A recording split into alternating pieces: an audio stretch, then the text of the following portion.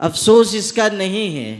کہ لوگ ظالمانہ قوانین ہم پر مسلط کر رہے ہیں،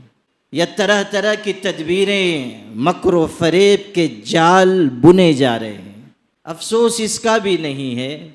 کہ ہر آنے والا دن ہمارے لیے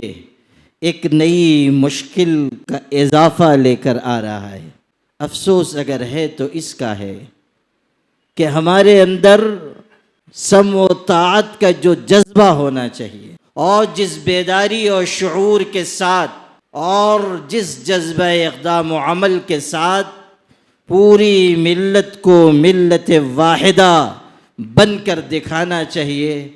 ابھی وہ منظر ہماری نگاہوں سے دور ہے، اور اسی لیے کامیابی بھی دور سے ہم کو دیکھ رہی ہے۔ جس دن آپ ملت واحدہ بن کر سیسا پلائی ہوئی دیوار کی حیثیت اختیار کریں گے، یقین مانیے